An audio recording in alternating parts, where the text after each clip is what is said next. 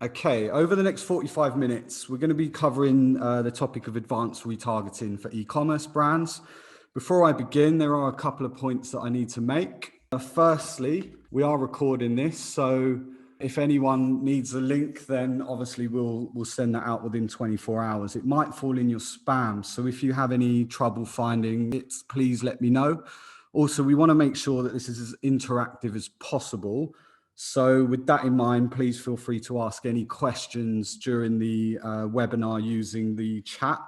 I've got my colleague Tom on hand to monitor the questions, and we'll do our very best to answer as many of them as possible. With regards to the questions, the topics we're going to be covering today are retargeting around Facebook and programmatic. So when asking a question, please could you put either Facebook or programmatic on your questions so we know where to direct the answers to. Also, the tips in this webinar can be used for e-commerce businesses of all different sizes. And also, if you are on the call and you're not an e-commerce store, there are some takeaways as well. And just for you social bunnies out there, we have got a hashtag #WebboxWebinar. I'm a big believer in sharing is caring. So please feel free to share any insights that you have using the hashtag. So in the next 45 minutes, we're going to be talking about Facebook retargeting and programmatic retargeting. So with Facebook, I'm going to be looking at things like segmentation. And with programmatic, then Andy's going to be going through some must-dos for e-commerce brands for those that are thinking of doing or are already doing programmatic retargeting with Google. So just a really quick introduction. My name's Rodri. I'm head of digital here at Webbox. I've been in online marketing for around 12 years. I've worked on campaigns of all shapes and sizes, and currently I oversee all the online marketing projects. If you want to reach out to me personally, obviously my email address is there, and also my LinkedIn, so feel free to connect with me on LinkedIn as well. And then my co-host for today, Mr. Andy Bruce, he's head of agency at MTech. His details are here as well if you want to get in touch with him. He's been in the marketing industry for over 15 years. He's previously worked at Google as an agency manager and currently now works with companies that really focus on growth. So before I begin, obviously this is advanced retargeting, but for those that aren't on any or doing any retargeting at the moment, why is retargeting important? Well, these stats should hopefully help. 91% of marketers who have used retargeting have found it to perform better or the same as, if not better, than search, email, or other display ads. Retargeting ads have an average click-through rate of 10%, higher than that of standard display ads. And a big one here, 98% of visitors tend to leave your website without making a purchase. So that's a really good reason, if you're not already doing it, to start a remarketing campaign. So before I go through my 5 must-dos, I just want to go through some common mistakes that tend to happen. Showing the same ad to everyone who visits your website. So having a one-size-fits-all approach is pretty much going to waste your ad spend quicker than Usain Bolt can run the 100 meters. So it's not a good idea to do that. Targeting your whole audience with one set time period. This is a really, really lazy way of marketing. So showing users the same ads over the next 30 days and that's it. You know, we're all different in the way we shop. We're different in terms of where we are within that sales cycle. So as marketers, it's a good idea to adapt to our audiences. And again, this is a really great way of wasting money. Not capping the amount of times a user sees an ad. So being even more lazy, let's just show everyone one ad over 30 days and show them this ad every time they go on Facebook. So if you hear anyone saying they hate retargeting, this is probably the reason why.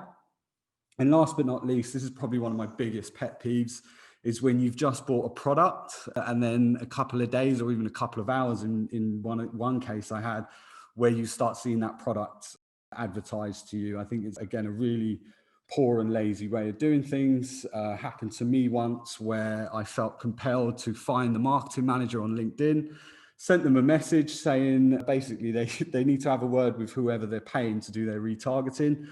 Not expecting a reply, they came back to me saying it's of doing it. So let's look at how we can improve. So my must-do number 1 is utilize Google Analytics, guys. Google Analytics, it isn't just to track performance. It's not just to pull off reports. There's quite a few metrics and reports that you can use prior to setting up a retargeting campaign.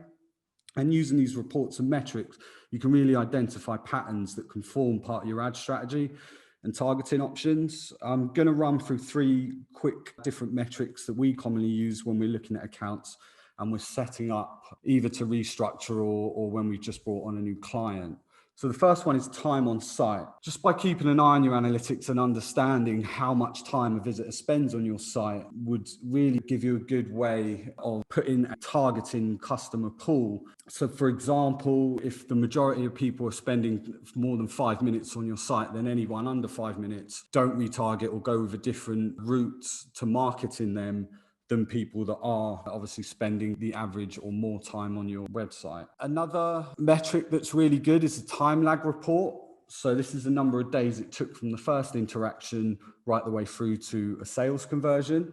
So we can see from the example here with one of our clients, just over 30% of users made a purchase on their first visit on the first day. And then as you can see at the bottom there, most people are taking 61 to 90. So 29.31% of people aren't coming back until 90 days. So you can really get a good idea there of how frequent you show your ads and how you can cluster an audience to do that.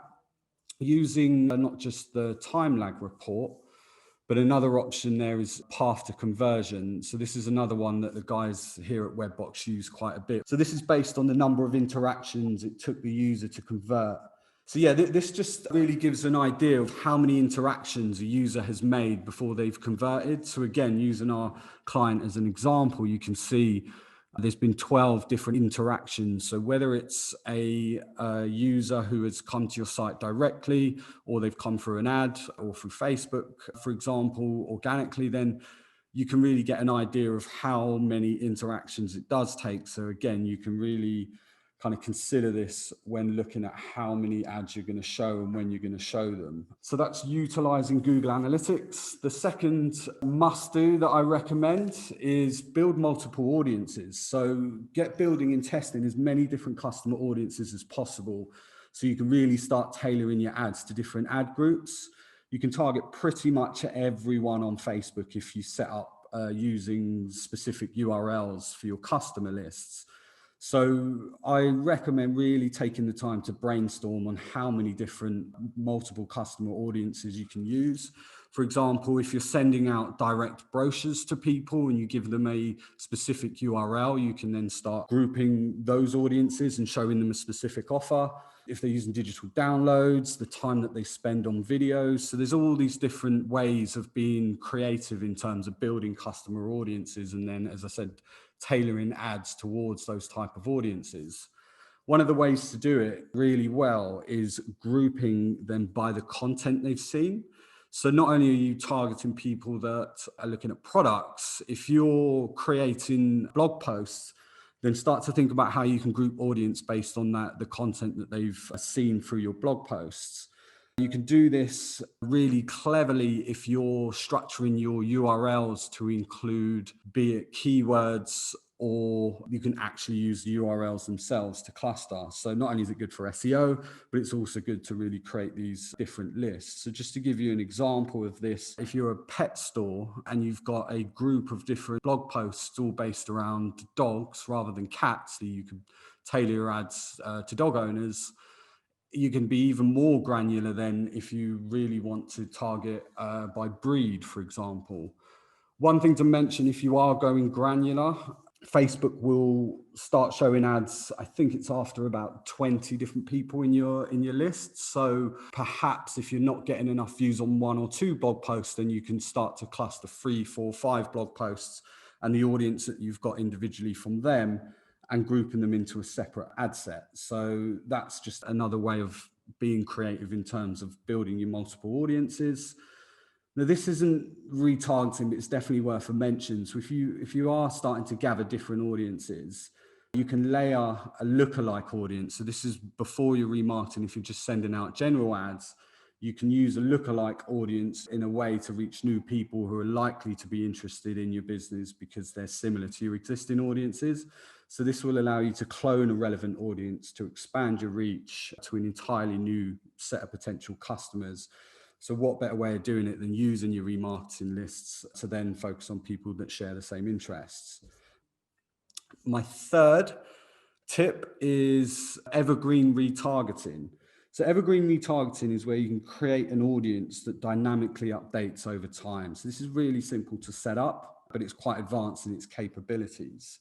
Here you can target larger audience groups based on, for example, all website visitors or those that just initiate checkout. So you can set up your campaign a bit like a conveyor belt. And what it does is it dynamically updates and changes over a set period of time. So what this does then is it brings in a higher ROI. You're obviously reaching a wider audience, but it gives you a real good opportunity to dynamically change your audiences so you're not keeping the same audiences showing the same ads constantly. An example for this is you can target all website visitors based on a set frequency of, let's say, 30 days. After those 30 days, they either come back or they fall off, and then you target a new set of audience and so on. Some of these campaigns can literally run over months or years, and because you're keeping things fresh, it really does help the performance of your ads. It also stops things like ad fatigue, where you're showing the same ad constantly to the same people, which will ruin your performance. So tip here as well is use multiple ads as well. So kind of a sweet spot is around about 10 different ads. The more the better. And if, however, then let's say an audience goes a step further and they're in the sales process and they've initiated the checkout, then you might want to show the ads for a set period of time. Because they're further down the funnel, they've got more of a possibility of coming back and purchasing. They've obviously used the checkout in some form and they've abandoned the basket. But what this does is it really gives you a good opportunity then to get them back and buying. So you may want to give them a specific offer to them rather than people that have just visited your site and haven't really done anything. That is evergreen retargeting. The fourth tip that I have for you guys is seasonal. With seasonal, this differs a little bit from evergreen, but what you want to do is really try and capture those audiences that have fallen off your evergreen audience list and start to figure out how you can then get them back. So what happens with Facebook, is the maximum amount of time that people can stay within your customer audience is 180 days. So then unless they've visited your website within those 180 days, they're going to fall off your customer list. Here's just a few things that you can do to keep them coming back and keep them within the list. The first thing I'd recommend is plan ahead. Look at what's happening throughout the year and see how you can really re-engage with those audiences. A good resource to use is the Twitter marketing calendar. What's good about this is the events are based around the highest tweet volumes and what's talked about most. So there's a link there that you can get this calendar. So you're not just looking at events, but you're looking at events that people are actually talking about. And you can really use this as a way to plan ahead and structure your campaign. One way of reaching out to audiences is during Q4, for example. We're in gifting season at the moment.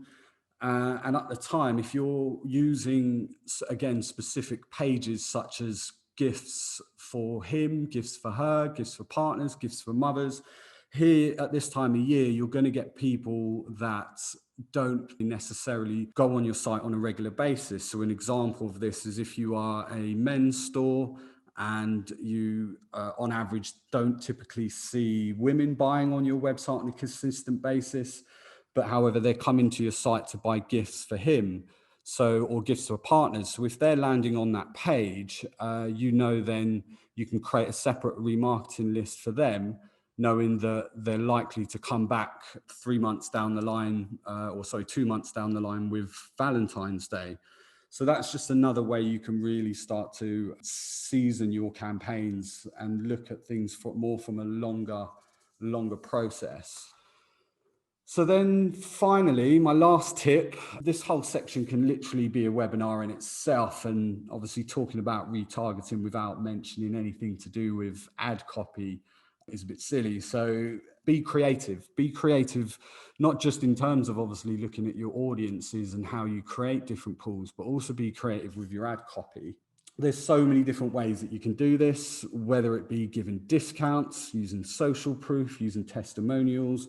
But one really good way that I want to talk to you about today is how you can talk to your potential customers. So we all know personalization is a big thing at the moment, especially with what's going on in the pandemic and people staying at home. And how do you personalize any sort of communication with people now that we're predominantly online? So talking to your potential customers is a really good way. One company that does this a lot is ASOS or ASOS or ASOS, depending on how you want to pronounce it.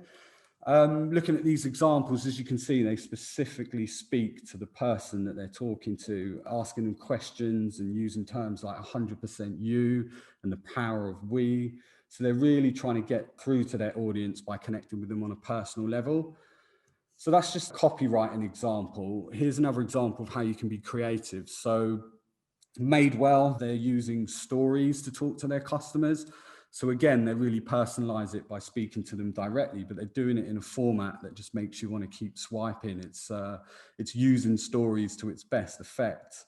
And again, it's a really good way, a creative way of talking to your audiences. The last one within being creative is be dynamic. There's different types of options out there. And if you do an e-commerce and you're not using dynamic ads, then again, you're really missing the opportunity in terms of showing a range of products. You know, you can really show different products to your customers based on their journey. So an example would be if you've had someone come on a site, you might want to show them the products that they've already seen. Alternatively, it might be a case of showing them products that they missed out on their journey on your website. So this is definitely a must do for e-commerce stores. One other thing as well regarding remarketing and when you're looking at audiences in terms of how you promote to them, it doesn't always have to be a sale.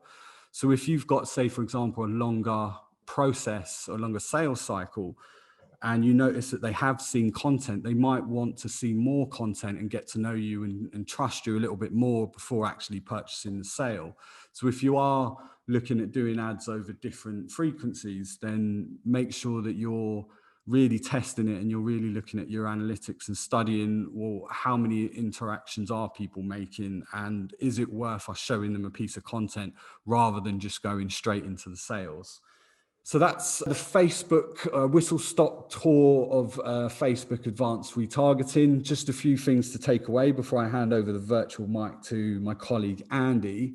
Use the data you have. You know, there's free data there in analytics and try and gather that information to make informed decisions and for you to test. Build as many different audiences as possible. You can always, if they're not performing, take them away and try something new. Be smart with your evergreen campaigns, plan ahead, tailor your ads to what's currently happening throughout the seasons, and also just get creative with your ad copy. Test what works, test what doesn't work. Have that mentality of hypothesizing on what you want to try, test it, and if it doesn't work, then pivot. So that's it for Facebook from me. What I'm going to do now is just change the host to Andy so he can take over.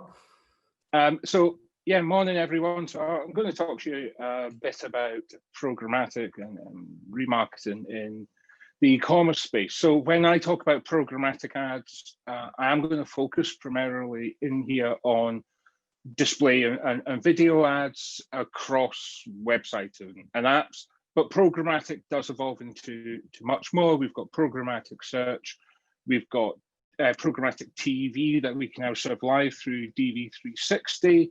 We've got audio, so you can insert ads into Spotify, and lots of different things as well. So programmatic does encompass lots of different mediums, but for the purposes of this, it'll be mainly display, and I'll touch on search a bit as well. So You need to make sure you're telling a story in your marketing, in your display ads.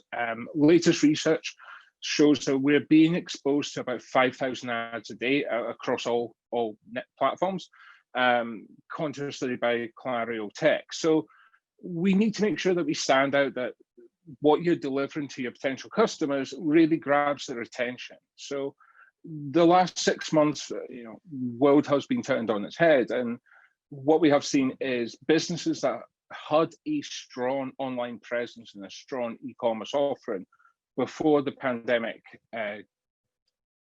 took hold have done pretty well over this period.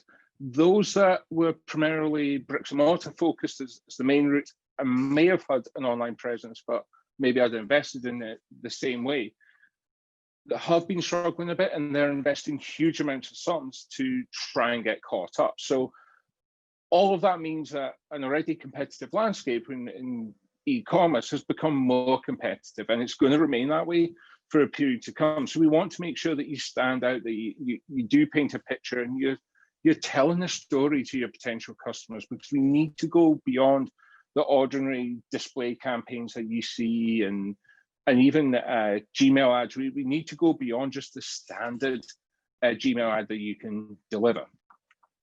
So how do we do this? So sequencing in programmatic are your story ads. So these are where we ensure that the customer sees the journey exactly how you want it painted to them.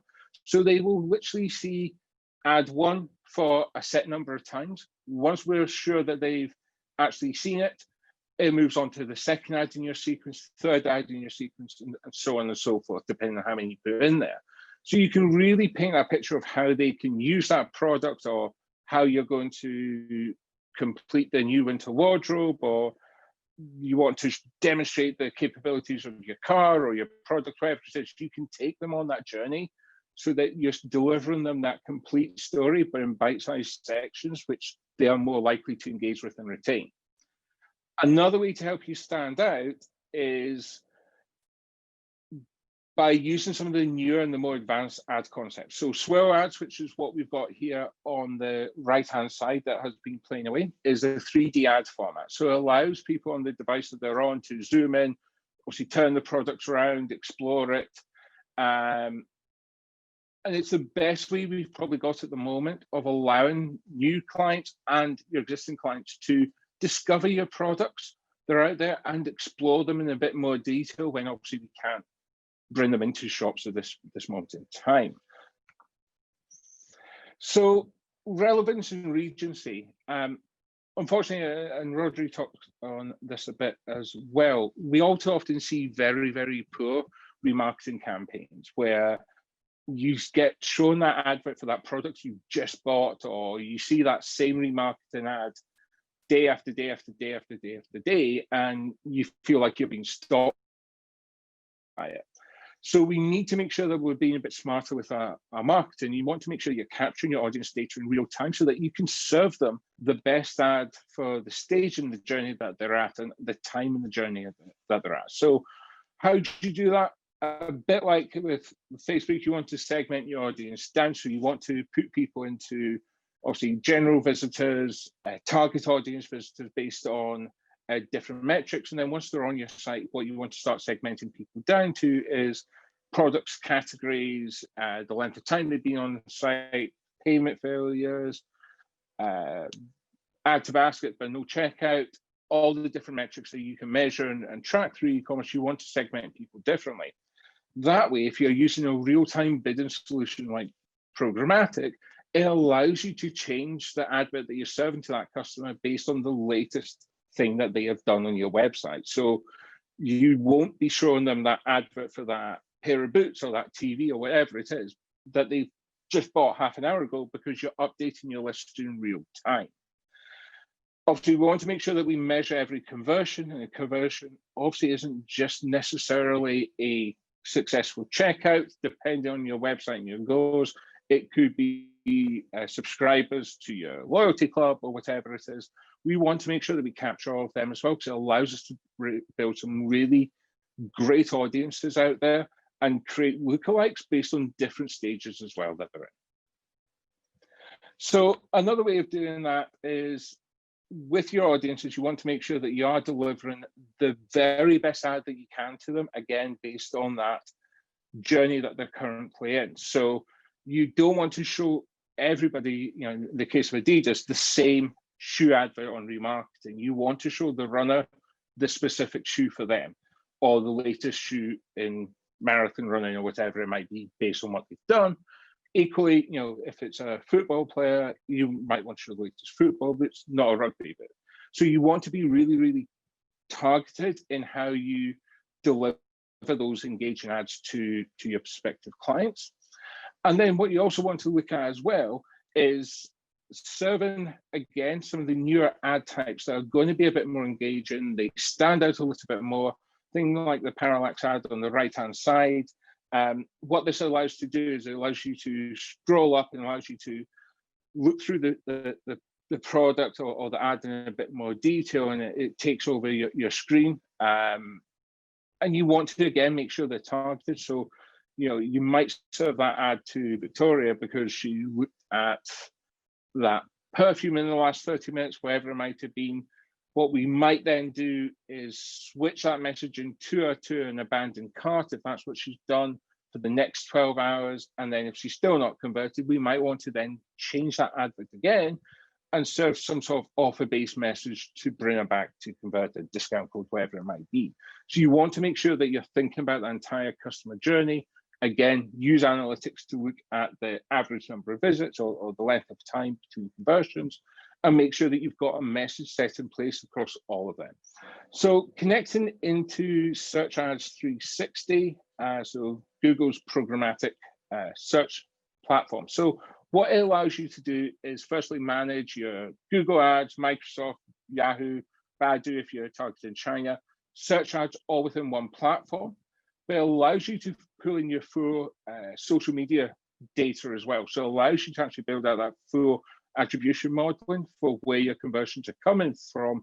So it gives you the info and the data that you need to fuel your true cross-channel remarketing. So you can understand which clients you need to reach on which platforms for remarketing at which time.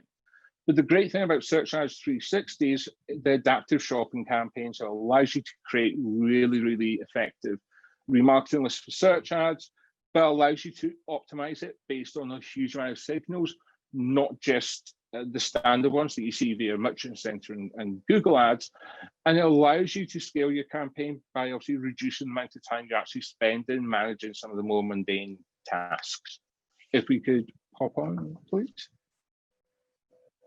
So again, connecting it into Search Ads 360, it allows you to put in your full sales and products and customer data. So it allows for true real-time updates to your feed. So it allows you to automatically pause activity if your stock levels become too low, generate dynamic ad pricing based on, again, supply and demand, if you're in the flight industry as an example.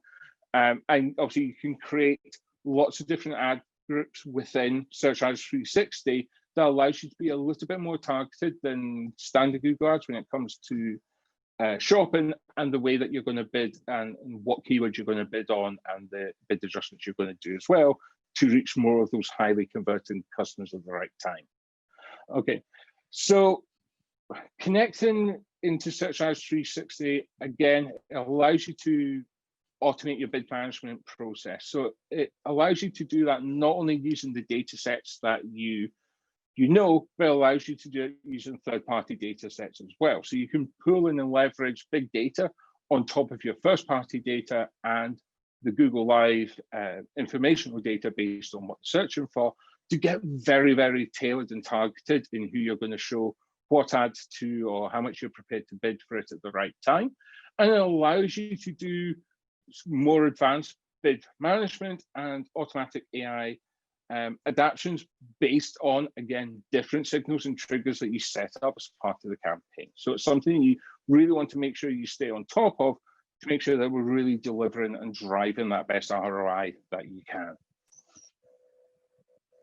So it is real-time data, and that does mean that you're going to start delivering real-time results as well.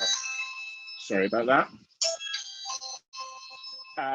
It's the freshest data on the market. There's no 24-hour delay in pulling the information in to Google. So it is Google's real-time search platform. Obviously, you've got the full Google architecture behind it, which makes it stand up. And it allows you to do real-time tests, so you can automatically adapt to real-world events and make sure that you're staying ahead of your competition and making any real-time adjustments that you need to just stay ahead and make sure that you're converting as highly as you can. And then your lookalikes and programmatic as well. Now, what you want to do here is similar audiences, lookalikes, depending on your language and your platform, is you want to make them very, very specific based on the on-site behavior. So, what products did they look like at? What was the time spent at those products? You can build a huge amount of different audiences that you can then use to create your similar audiences from. So you'd want to reach out and show an advert to somebody who's looking at a TV, as an example. That audience that you're going to create from that person is going to be very different to, if you're a multi-retailer, to somebody who's maybe looking at a dining room table or a pair of shoes or whatever it might be. So you want to make sure you build your lookalikes, not just on your overall site data, but on specific category data to allow you to get a true lookalike audience that's going to be more likely to convert for the products that are your main targets at that moment in time.